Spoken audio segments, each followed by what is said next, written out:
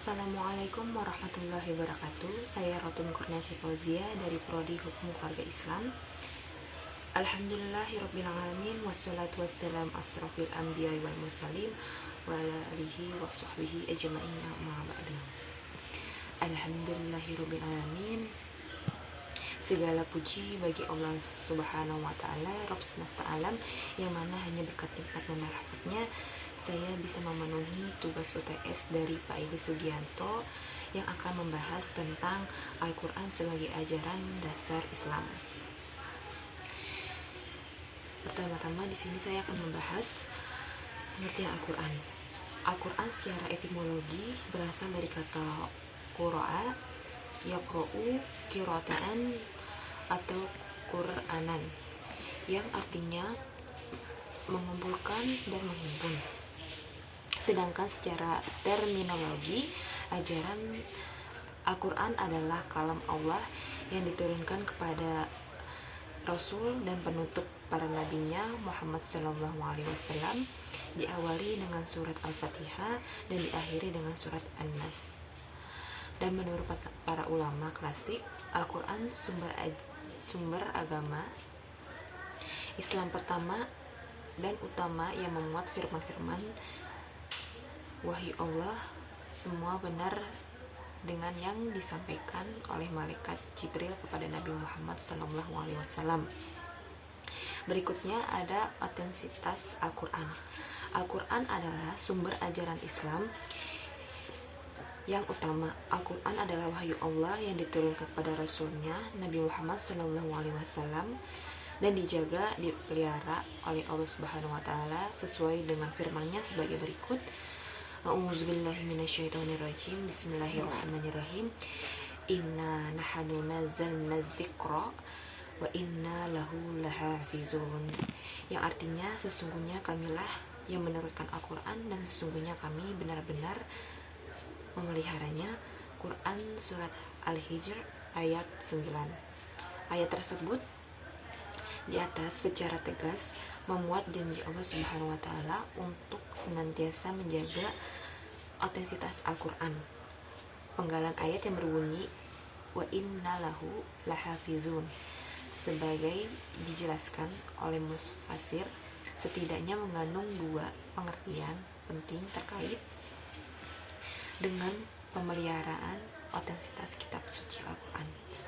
Pertama, secara kebahasaan, susunan redaksi kalimat semacam ini memiliki faedah makna istimrod, yakni secara terus-menerus. Kedua, dipergunakan kata inna sebagai kata ganti bagi Allah dalam penggalan ayat itu. Wa inna lahu lahafizun menunjukkan betapa perlunya ada keterlibatan manusia dalam pelaksanaan tugas pemeliharaan otentisitas Al-Quran. Atas dasar kedua hal itu, dapatlah dipahami bahwa Al-Quran senantiasa menjaga otentisitas Al-Quran sebagai sampai akhir zaman.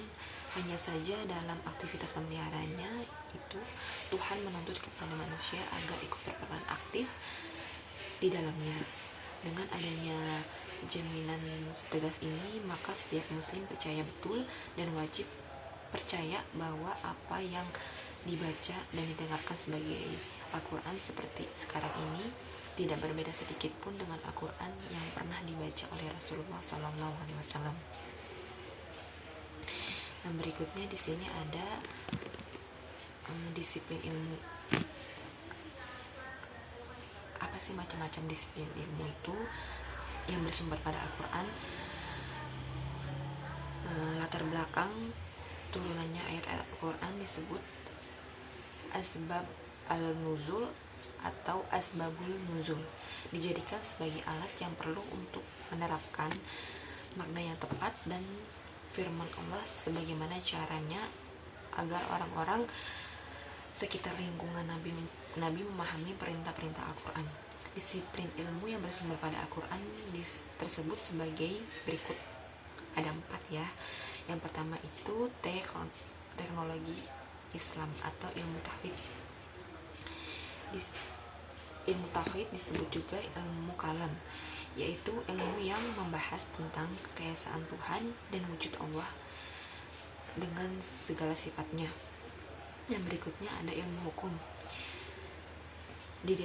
Didefinisikan sebagai ilmu yang membahas tentang hukum-hukum syariat yang bersifat amaliyah, praktis, diambil dari dalil-dalil yang terperinci. Dalil-dalil yang dimaksud dalam definisi tersebut antara lain bersumber pada Al-Quran. Yang ketiga ada ilmu tasawuf. Tasawuf merupakan salah satu bidang studi Islam yang memusatkan perhatian pada pembersihan aspek rohani manusia yang selanjutnya dapat menimbulkan akhlaknya.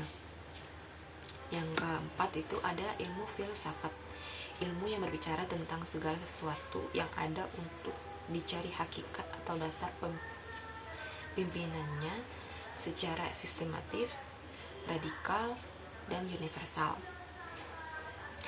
Al-Quran sebagai sistem nilai.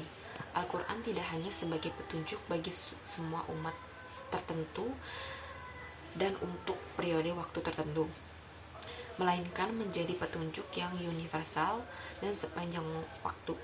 Al-Quran adalah eksis bagi setiap zaman dan tempat. Petunjuknya sangat luas, seperti luasnya untuk manusia dan meliputi segala aspek kehidupan.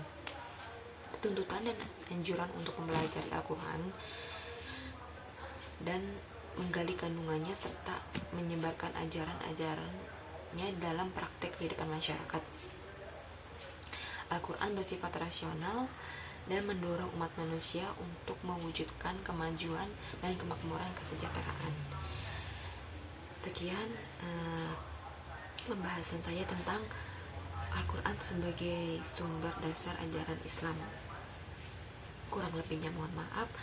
Wassalamualaikum warahmatullahi wabarakatuh.